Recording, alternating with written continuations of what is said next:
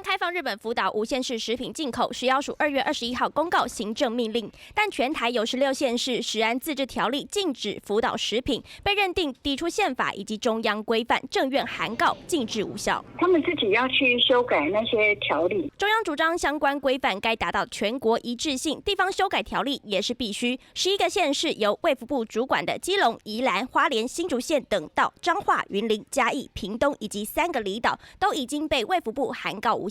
由行政院主管，除了新北之外的5个直辖市也依循此规范。如果中央认定为失效的话，将来就要看市议会要不要提出所谓的释宪。我们的食安条例现在有关莱猪的部分已经在大法官那边了，申请释宪之后由大法官来决定是不是违宪。北市府主张福岛食品将循进口莱猪模式，以同样的法律流程处理。桃园新北市长也各有见解。食品的安全那不能够一国多制，造成混乱。